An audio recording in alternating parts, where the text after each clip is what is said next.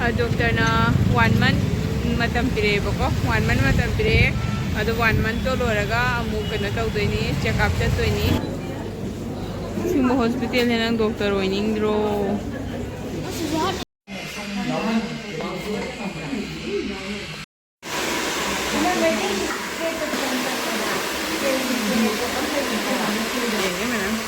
Sino pambro, sonda pambro. Ye son salamde yengena sonda samapodo alo kaya siya.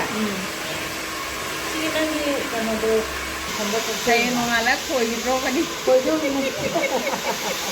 Adu Hello everyone, welcome back to my channel. It's now ma'am kamai tawnaige do ma'am aise haji kadai do ma check ke na loisalini abako ado loisan bada ma'am kadai de check da mange ado ingba siga ai na ngasi jeans one se challe bako ado ma'am kai check da mange ngo e hanji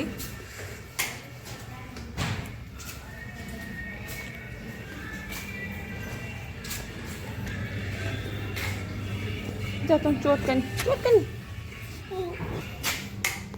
thore ma'am lai muthalame thole amka changai ne bako angangi solam khalau ge aina horen metro ra kai de chatpa jaw di inya bako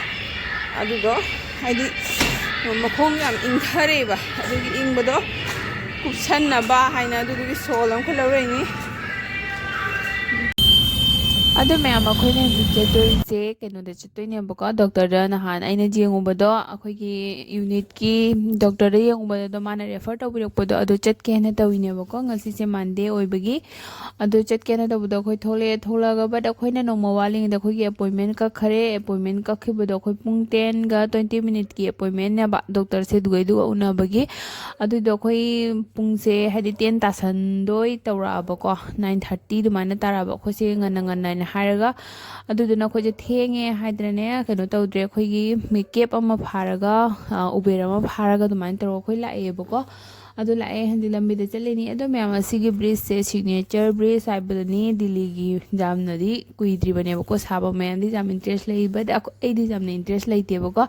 adu lambi de chali handi gari marung dai cha ani jana amana mage amde yengi amana mage amada jenga moy ani che dirsa jenga enjoy targa chale moy ani su puri ne boko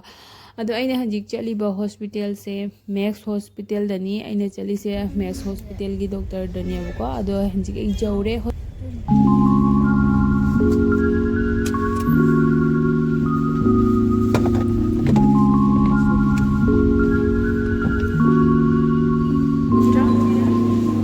simo hospital henang doctor oiningdro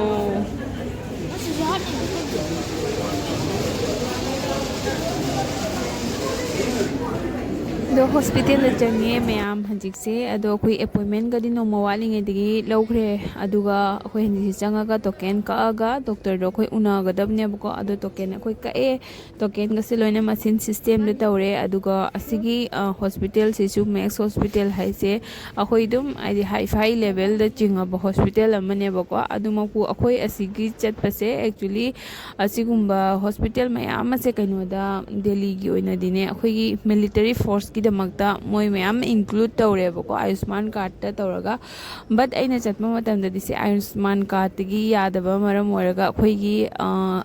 isana case pay tawraga jega ine bako ado khoi som da su asigi facility se lere de kyam nungai doino ase private ki oina high five ora hospital ne bako achau ba case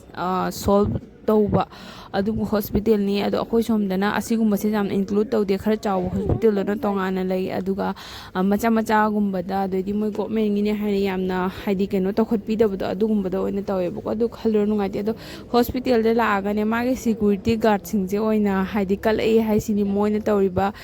court tai tawga let dana doidi su ko se leather shoes ngata ka tonga dana ko haidi jamna ne mong do jamna strict oina dumaina tawre bako adu mapu ma'am hospital chaw daba aina jeng dori ba doctor se aiga chana bagi mathau ni ko ado aiga chana biram ba hain aina like from jari ado ai doctor se jeng na ba haina ngai re bako pratik nagrani haina ma se skin specialist ne na hae bako jam ko na phai khole na adu do khoi jeng again na tawri ado jeng thosi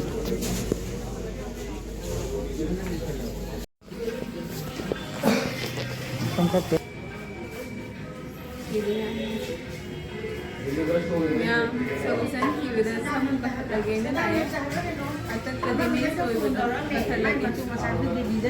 ꯑꯩꯈꯣꯏꯒꯤ ꯃꯅꯤꯄꯨꯔꯗ ꯀꯩꯅꯣ ꯇꯧꯗꯦꯅ ꯀꯩꯅꯣ ꯌꯥꯝ ꯇꯧꯔꯦꯅꯦ ꯀꯔꯤꯕ ꯅꯣꯏꯒꯤ ꯄꯣꯠꯁꯤ ꯌꯥꯝ ꯌꯣꯟꯕꯗꯣ ꯍꯥꯏꯖꯥꯅꯤ ꯃꯣꯏ ꯀꯩꯅꯣ ꯇꯧꯗꯦ ꯍꯥꯏꯕ ꯃꯣꯏꯒꯤ ꯑꯗꯨꯗꯩꯗꯨꯗ ꯅꯣꯏ ꯄꯣꯠ ꯌꯥꯝ ꯌꯣꯟꯕꯗꯣ ꯇꯧꯔꯕꯅꯦ ꯍꯟꯗꯛꯀꯤ ꯅꯤꯉꯣꯜ ꯆꯥꯛꯀꯧꯕꯒꯤ ꯅꯪꯗꯤ ꯃꯌꯥꯝ ꯑꯩ ꯍꯧꯖꯤꯛ ꯀꯥꯏꯗ ꯂꯥꯛꯑꯒꯦ ꯌꯦꯡꯉꯣ ꯍꯧꯖꯤꯛꯁꯦ ꯑꯩ ꯗꯣꯛꯇꯔ ꯌꯦꯡꯕ ꯂꯣꯏꯔꯦꯕꯀꯣ ꯗꯣꯛꯇꯔ ꯌꯦꯡꯕ ꯂꯣꯏꯔꯦ ꯌꯥꯝ ꯀꯨꯏꯅ ꯆꯪꯉꯛꯇ꯭ꯔꯦ ꯃꯈꯥ ꯇꯥꯅꯗꯤ ꯚꯤꯗꯤꯑꯣ ꯑꯥꯗ ꯀꯟꯇꯤꯅ꯭ꯌꯨ ꯇꯧꯔꯛꯇ꯭ꯔꯦꯕꯀꯣ ꯍꯣꯁꯄꯤꯇꯥꯜꯗ ꯑꯩꯒꯤ ꯗꯣꯛꯇꯔꯗꯣ ꯇꯣꯀꯦꯟ 4-5 ꯁꯨꯕꯗ ꯀꯛꯑꯦ ꯑꯗꯨꯒꯤꯗꯤ ꯄꯨꯡꯈꯥꯏꯃꯨꯛꯇꯪ ꯑꯗꯨꯃꯥꯏꯅ ꯆꯪꯉꯦ ꯑꯗꯨꯒ ꯌꯦꯡꯉꯛꯑꯦ ꯌꯦꯡ ꯂꯣꯏꯔꯒ ꯑꯩꯁꯦ ꯒꯥꯔꯤ ꯐꯥꯔꯒ ꯊꯣꯛꯂꯛꯑꯦꯕꯀꯣ ꯒꯥꯔꯤ ꯐꯥꯔꯒ ꯊꯣꯛꯂꯛꯑꯒ ꯍꯧꯖꯤꯛ ꯑꯩꯅ ꯂꯥꯛꯏꯕ ꯃꯐꯝꯁꯦ ꯍꯥꯏꯗꯤ ꯑꯁꯤꯒꯩꯁꯤꯒ ꯃꯇꯥ ꯆꯥꯅ ꯂꯛꯀꯤꯂꯤ ꯃꯅꯤꯄꯨꯔꯒꯤ ꯁꯦꯂꯣꯟ ꯑꯃ ꯂꯩꯔꯝꯃꯦ ꯍꯥꯏꯕꯗꯤ ꯑꯩꯈꯣꯏꯒꯤ ꯃꯩꯇꯩꯒꯤ ꯑꯃ ꯌꯥꯎꯔꯒ ꯂꯩꯔꯝꯃꯦꯕꯀꯣ ꯑꯁꯤꯒꯤ ꯅꯦꯅꯦꯁꯦ ꯃꯩꯇꯩꯅꯤ ꯑꯗꯣ ꯃꯥꯁꯦ ꯑꯁꯤꯒꯤ ꯁꯦꯂꯣꯟꯁꯤꯒ ꯁꯨꯔꯒ ꯂꯩꯔꯝꯃꯦꯕ ꯑꯗꯨꯅ ꯍꯧꯖꯤꯛ ꯑꯩꯒꯤ ꯀꯩꯅꯣꯁꯦ ꯄ꯭ꯔꯣꯁꯦꯁꯁꯦ ꯍꯧꯒꯠꯂꯦꯕꯀꯣ ꯃꯁꯝ ꯀꯛꯅꯕ ꯍꯥꯏꯅ ꯐꯥꯔꯁ ꯇꯥꯏꯝꯗ ꯃꯣꯏꯅ ꯍꯥꯏ ꯑꯝꯇ ꯍꯤꯌꯔ ꯋꯥꯁ ꯇꯧꯔꯒꯗꯤ ꯐꯅꯤꯅ ꯑꯗꯣ ꯍꯤꯌꯔ ꯋꯥꯁꯁꯦ ꯇꯧꯊꯣꯛꯑꯦ ꯑꯗꯣ ꯅꯤꯄꯥꯁꯤꯅ ꯀꯟꯅ ꯍꯤꯌꯔ ꯋꯥꯁꯁꯦ ꯇꯧꯔꯤꯅꯦꯕꯀꯣ ꯁꯦꯝꯄꯨꯒ ꯇꯧꯔꯒ ꯑꯗꯣ ꯑꯩꯒꯤ ꯄ꯭ꯔꯣꯁꯦꯁꯁꯦ ꯍꯧꯒꯠꯂꯦ ꯑꯗꯣ ꯑꯩ ꯃꯁꯝ ꯀꯛꯇꯣꯏꯁꯦ ꯑꯁꯤꯒꯤ ꯅꯦꯅꯦꯁꯤꯅ ꯀꯛꯄꯤꯗꯣꯏꯅꯤ ꯃꯥ ꯑꯣꯏꯅ ꯀꯛꯄꯤꯔꯒꯦ ꯑꯗꯣ ꯁꯦꯂꯣꯟꯁꯤꯒ マꯅꯁꯨ ꯍꯥꯏꯗꯤ ꯁꯝ ꯀꯛꯄꯁꯦ ꯃꯥꯅ ꯈ꯭ꯋꯥꯏꯗꯒꯤ ꯐꯖꯩꯌꯦꯅ ꯍꯥꯏꯌꯦꯕꯀꯣ ꯃꯥꯅ ꯈ꯭ꯋꯥꯏꯗꯒꯤ ꯈꯨꯠ ꯅꯥꯟꯕ ꯍꯦꯜꯂꯦ ꯍꯥꯏꯅ ꯑꯗꯣ ꯂꯛꯀꯤꯂꯤ ꯑꯩ ꯌꯥꯝ ꯍꯔꯥꯎꯔꯦ ꯑꯗꯩꯗꯤ ꯑꯩꯈꯣꯏ ꯋꯥꯔꯤ ꯋꯥꯇꯥꯏꯁꯨ ꯃꯌꯥꯝ ꯁꯥꯟꯅꯔꯦ ꯍꯥꯏꯗꯤ ꯑꯩꯈꯣꯏꯒꯤ ꯀꯁꯥꯔꯒꯤ ꯃꯅꯤꯄꯨꯔꯒꯤ ꯑꯃ ꯐꯪꯅꯕ ꯈꯣꯠꯅꯕ ꯑꯗꯨꯗꯒꯤ ꯑꯩꯈꯣꯏ ꯃꯩꯇꯩ ꯂꯩꯕ ꯈꯣꯠꯄ ꯑꯩꯈꯣꯏ ꯃꯩꯇꯩ ꯐꯪꯅꯕꯅꯤꯅꯀꯣ ꯃꯇꯝ ꯀꯨꯏꯔꯕꯩ ꯃꯇꯨꯡꯗ ꯂꯥꯞꯄ ꯃꯇꯨꯡꯗ ꯐꯪꯅꯕꯅꯤꯅ ꯋꯥꯔꯤ ꯋꯥꯇꯥꯏꯗ ꯃꯌꯥꯝ ꯁꯥꯟꯅꯔꯦꯕꯀோ ꯑꯗꯩ ꯁꯥꯟꯅꯔꯒ ꯍꯧꯖꯤꯛ ꯑꯩꯁꯦ ꯀꯩꯅꯣ ꯇꯧꯕ ꯃꯀꯣꯛꯁꯤ ꯂꯨꯕ ꯂꯣꯏꯁꯜꯂꯛꯑꯦꯕꯀꯣ ꯂꯨꯕ ꯂꯣꯏꯁꯜꯂꯛꯑꯦ ꯑꯗꯣ ꯃꯁꯝ ꯀꯛꯄ ꯍꯧꯗ꯭ꯔꯣꯕꯅꯤ ꯑꯗꯣ ꯃꯁꯝꯁꯦ ꯅꯦꯅꯦꯅ ꯀꯛꯄꯤꯗꯣꯏꯅꯤ ꯑꯗꯣ ꯃꯌꯥꯝ ꯃꯈꯥ ꯇꯥꯅ ꯌꯦꯡꯁꯦꯕꯀꯣ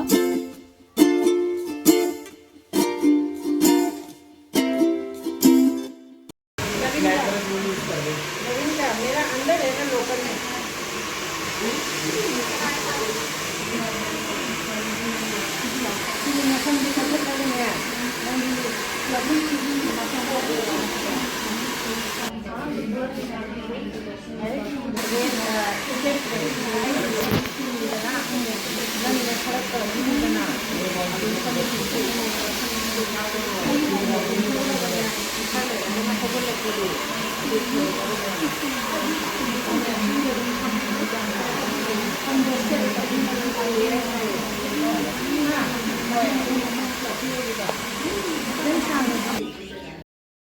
I am so excited ꯃꯌꯥꯝ ꯑꯩꯒꯤ ꯁꯝꯁꯦ ꯐꯥꯏꯅꯦꯂꯤ ꯑꯩ ꯀꯛꯄ ꯍꯧꯔꯦ ꯍꯥꯏꯕꯗꯤ ꯑꯩꯒꯤ ꯁꯝꯁꯦ ꯇꯣꯇꯦꯂꯤ ꯗꯦꯃꯦꯖ ꯑꯣꯏꯔꯕꯅꯤ ꯗꯦꯃꯦꯖ ꯑꯣꯏꯕ ꯀꯨꯏꯔꯕꯅꯦꯕꯀꯣ ꯑꯗꯣ ꯑꯩꯅ ꯀꯛꯄ ꯃꯇꯝꯁꯦ ꯍꯥꯟꯅ ꯑꯣꯏꯔꯕꯅꯦ ꯑꯗꯨ ꯑꯩꯅ ꯀꯛꯄ ꯉꯝꯗꯕ ꯍꯥꯏꯗꯤ ꯁꯤꯒꯩꯁꯤꯒ ꯑꯩꯒꯤ ꯃꯅꯥꯛꯇ ꯂꯩꯕ ꯄꯥꯔꯂꯔꯁꯤꯡꯁꯦ ꯃꯑꯣꯡ ꯆꯥꯗꯕ ꯑꯗꯨꯃꯥꯏꯅ ꯇꯧꯔꯦꯕꯀꯣ ꯑꯗꯣ ꯅꯨꯡꯉꯥꯏꯇꯦ ꯍꯥꯏꯅ ꯑꯗꯨꯒꯤꯗꯤ ꯃꯥꯛꯅ ꯁꯨꯇꯤ ꯐꯪꯗꯕꯅꯤꯅ ꯃꯥꯒꯤ ꯁꯨꯇꯤ ꯐꯪꯗꯕꯅꯤꯅ ꯃꯥ ꯉꯥꯏꯔ ꯂꯩꯕꯗ ꯑꯩꯅ ꯁꯝꯁꯦ ꯏꯇꯣꯝꯇ ꯆꯠꯂ ꯀꯛꯄꯗꯤ ꯉꯝꯗꯕꯅꯤꯅ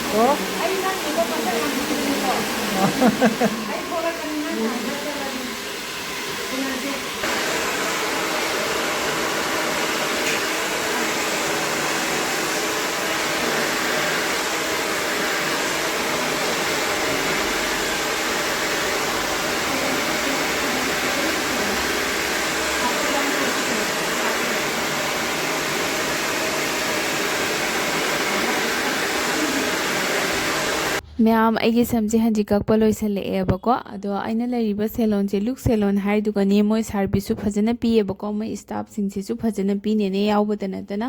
ꯑꯗꯨꯒ ꯑꯩꯒꯤ ꯁꯝꯁꯦ ꯅꯦꯅꯦꯅ ꯀꯛꯄꯤꯔꯤꯅꯤ ꯍꯥꯏꯗꯤ ꯍꯦꯌꯔ ꯁ꯭ꯇꯥꯏꯜꯁꯨ ꯀꯃꯥꯏꯅ ꯇꯧꯔ ꯄꯛꯆꯅꯤ ꯈꯣꯠꯆꯅꯤ ꯅꯪꯒꯤ ꯃꯃꯥꯏꯗ ꯈꯇꯪ ꯐ꯭ꯂꯐꯤ ꯑꯣꯏꯅ ꯇꯥꯅꯕ ꯅꯪꯒꯤ ꯃꯁꯝꯁꯦ ꯗꯦꯃꯦꯖ ꯑꯣꯏꯔꯦ ꯍꯥꯏꯗꯨꯒ ꯍꯥꯏꯗꯤ ꯈꯇꯪ ꯀꯩꯅꯣ ꯇꯧꯅꯕ ꯀꯛꯊꯠꯈ꯭ꯔꯒ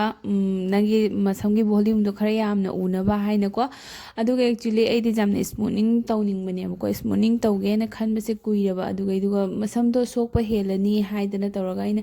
ꯁ꯭ꯃꯨꯠꯅꯤꯡꯁꯦ ꯇꯧꯗ꯭ꯔꯦꯕꯀꯣ ꯅꯦꯅꯦꯁꯤꯅꯁꯨ ꯍꯥꯏꯔꯦ ꯈꯔꯅꯤ ꯃꯇꯝ ꯄꯤꯒꯣ ब्ꯔꯦꯛ ꯄꯤꯒꯣ ꯑꯗꯨꯒ ꯍꯥꯏꯗꯤ ꯅꯪꯒꯤ ꯃꯁꯝ ꯐꯕꯗꯣ ꯔꯤꯀꯣꯚꯔ ꯇꯧꯕ ꯍꯧꯖꯤꯛꯇꯁꯨ ꯗꯣꯛꯇꯔꯗ ꯂꯥꯛꯏꯅꯀꯣ ꯑꯗꯣ ꯗꯣꯛꯇꯔꯗꯒꯤ ꯂꯥꯛꯄꯁꯦ ꯊꯥ ꯑꯃ ꯂꯩꯔꯒ ꯑꯃꯨꯛ ꯆꯦꯛꯑꯞ ꯆꯠꯀꯗꯕꯅꯤ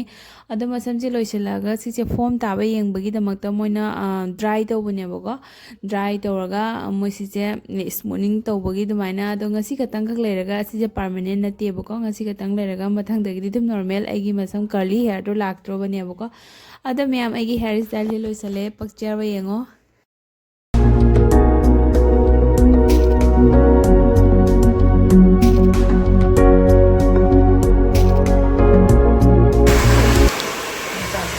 ꯍꯧꯖꯤꯛꯀꯤ ꯁꯨꯃꯥꯏꯅ ꯇꯧꯕꯗꯣ ꯀꯔꯝꯕꯅ ꯄꯥꯔꯇꯤꯡ ꯇꯧꯅꯤꯡꯕꯅꯣ ꯍꯥꯏꯔꯛꯑꯣ ꯑꯣꯏꯔꯣꯟꯗꯅ ꯐꯖ ꯃꯥꯜꯂꯦꯀꯣ ꯁꯤꯅ ꯐꯖꯕ꯭ꯔꯥ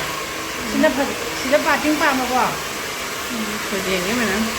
ꯁꯤꯗ ꯄꯥꯝꯕ꯭ꯔꯣ ꯁꯣꯝꯗ ꯄꯥꯝꯕ꯭ꯔꯣ ꯌꯦꯠꯇ ꯁꯣꯟ ꯑꯝꯇ ꯌꯦꯡꯉꯦꯅ ꯁꯣꯟꯗ ꯊꯝꯃꯛꯄꯗꯣ ꯑꯗꯣ ꯐꯩꯌꯦ ꯁꯦ ꯁꯤꯒꯤ ꯅꯪꯒꯤ ꯀꯩꯅꯣꯗꯣ ꯃꯣꯏꯒꯤ ꯀꯩꯅꯣ ꯂꯝꯕꯤ ꯑꯣꯏꯔꯒ ꯂꯝꯕꯤ ꯑꯣꯏꯔꯒ ꯌꯥꯏ ꯂꯝꯕꯤ ꯑꯣꯏꯔꯒ ꯅꯠꯇ꯭ꯔꯥ ꯑꯩꯈꯣꯏꯒꯤ ꯑꯩꯒꯤ ꯁꯦꯝꯄꯨ ꯈꯟꯕ ꯍꯌꯦꯡ ꯅꯣꯡꯉꯥꯜꯂ ꯈꯣꯏꯈꯤꯗ꯭ꯔꯣꯕꯅꯤ ꯈꯣꯏꯗꯧꯕꯅꯤ ꯑꯗꯨꯁꯨ ꯍꯌꯦꯡ ꯅꯣꯡꯉꯥꯜꯂ ꯈꯣꯏꯗꯧꯔꯕꯅꯤ ꯑꯗꯨꯁꯨ ꯁꯤ ꯐꯖꯅ ꯆꯞꯄꯤꯗꯣꯛꯑꯕꯅꯤꯅꯅꯦ ꯍꯣꯏ ꯌꯥꯔꯦ ꯀꯥꯏꯗ ꯃꯤꯁꯦꯂꯨ ꯇꯧꯏꯅꯣ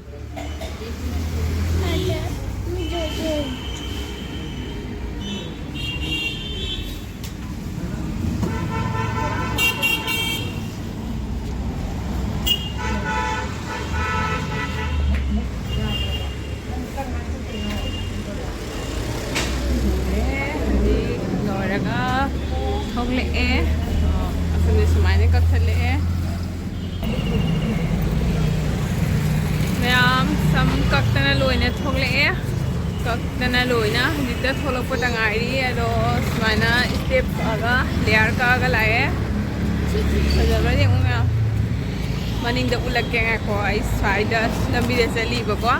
जिते थोलक पतंगाई समसे ngasiगी dum kainogi oina noma khaki straight moina kaino tobagi haidi kakpado haidi masamse ngahak straight torokone bako shampoo wash tawagi kaino tawna baina maigi kakuri form do taraba tadriba ado tenman ki tara sumaina tena kakhale bako haidi jam tenman madugane si pillar use to ido jam tenman madugo sumaina tena torgo kakhale haidi nung ai do pai bada jengba ngamdrabane ado doctor da su jenge doctor na 1 month matam pire bako 1 month matam pire ado 1 month to loraga amu kena tawdoini check up chattoini da kai ka su dum start tawna badona masam su kakhala bako ado ina doni hair dye gumba ina tawning bane ningumba tawning bodo color da phangnarappa jigi nene dona su hadi amata sana phangnare bako dona su hadi hajiko tawba ya hiroi hadi ya hiroi na de tawraga de ngon su ko hengane na tawrakte bako dona tawraktre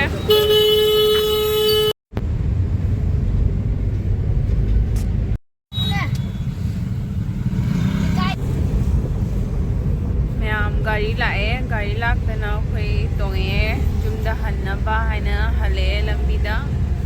aduna myam ngasigi vlog se matang loishinjarage isna myam ai hairstyle je paktabra hairo comment da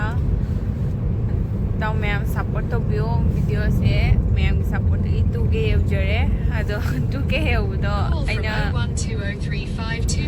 celebration to was 10k jaraga celebration je pull up tawrage haina khalle doina ꯃꯇꯠ ꯇꯧꯕꯁꯦ ꯅꯨꯡꯉꯥꯏꯇ꯭ꯔꯦ ꯍꯥꯏꯅ ꯃꯌꯥꯝ 2K ꯌꯧꯕ ꯌꯧꯗꯕ ꯃꯌꯥꯝꯅ view ꯌꯦꯡꯕꯤꯔꯒꯗꯤ ꯀꯣ ꯀꯩꯅꯣ ꯇꯧꯋꯦ ꯃꯌꯥꯝ ꯃꯇꯥꯡꯁꯤꯒ ꯂꯣꯏꯁꯤꯟꯖꯔꯒꯦ ꯉꯁꯤꯒꯤ ꯚꯤꯗꯤꯑꯣꯁꯦ. Thank you.